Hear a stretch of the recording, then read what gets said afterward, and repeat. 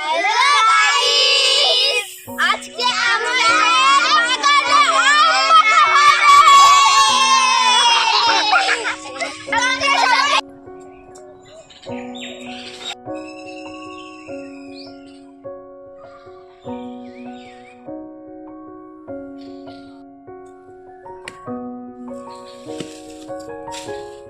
তো hello guys, তো তোমরা দেখতেই পারছো আমার হাতে দুটো আম রয়েছে। তো চলো আজকে দেখাবো কিভাবে আমরা আম মাখা করি। তো চলো।